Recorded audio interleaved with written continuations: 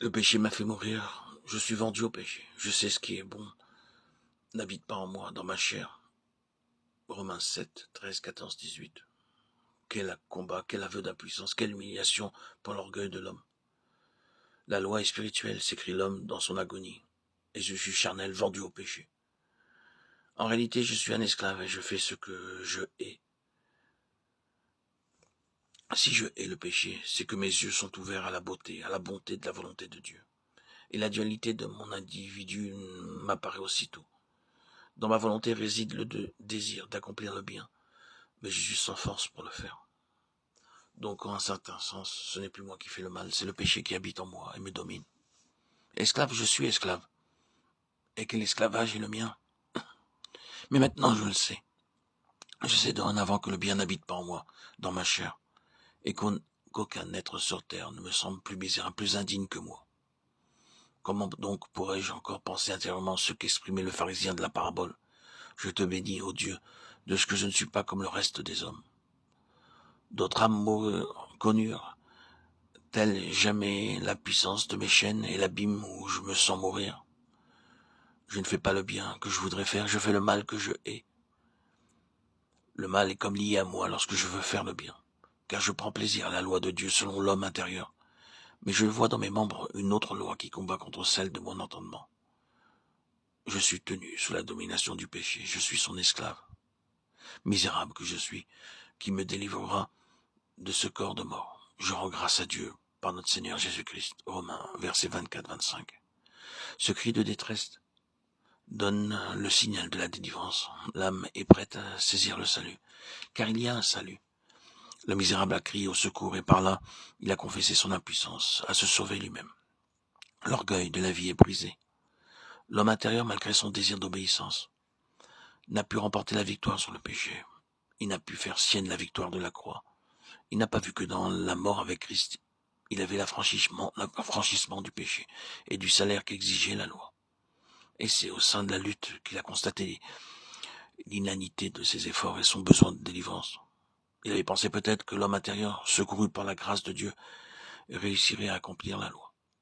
Ayant commencé par l'esprit, après avoir été réconcilié avec Dieu par le sang de la croix, peut-être a-t-il essayé de croître dans la grâce spirituellement en s'appuyant sur la chair, en marchant avec ses propres moyens, ses propres forces. Enfant de Dieu, retourne à la croix, tes forces sont insatisfaisantes, c'est la loi de l'esprit de vie en Christ qui t'affranchira par le sacrifice accompli pour toi au calvaire. La loi ne domine sur toi qu'autant que tu es en vie. Romains 7, 1. Or tu es crucifié avec Christ, enseveli en sa mort. Tu es donc mort à la loi. Et celle-ci devient inopérante. Par la foi en Dieu, par la foi en son amour, manifesté en Jésus. Crois-tu cela? Colossiens 2, 12. Alors la loi n'a plus de pouvoir sur toi puisque tu es mort, mort à toi-même. Tu es uni à celui qui ressuscite des morts. Et tandis que tu t'abandonnes au Sauveur pour qu'il agisse en toi. La loi de l'esprit de vie qui est en Jésus-Christ t'affranchit du péché et de la mort. Romains 8, 2, 3. Si le Fils vous affranchit, vous serez véritablement libre. Tu découvres alors que ce que la loi ne pouvait accomplir par son ordonnance, par son action toute extérieure, Jésus l'a accompli en revêtant ton humanité, pour mourir à ta place. Et il l'accomplit en toi maintenant, si tu es uni à lui dans sa mort.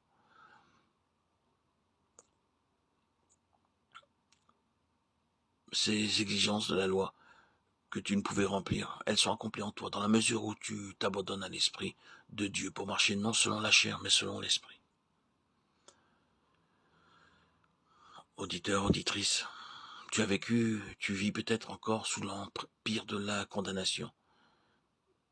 Mais si sentant ton impuissance absolue à te sauver toi-même, tu te réfugies en Jésus, tu te confies en Dieu, qui ressuscite les morts, alors il n'y a plus de condamnation pour toi. En Jésus-Christ, tu es mis en présence de cette loi de l'esprit de vie, qui opère en toi instant après instant, la délivrance que tu as saisie par la foi, et qui t'affranchit de l'esclavage du péché. Frères, vous avez été appelés à la liberté, écrit l'apôtre aux Galates, seulement veillez à ce que cette liberté ne devienne pas pour vous une occasion de vivre selon la chair, Galates 5, 13. Veillez soigneusement à marcher selon l'esprit, Romains 8, 5.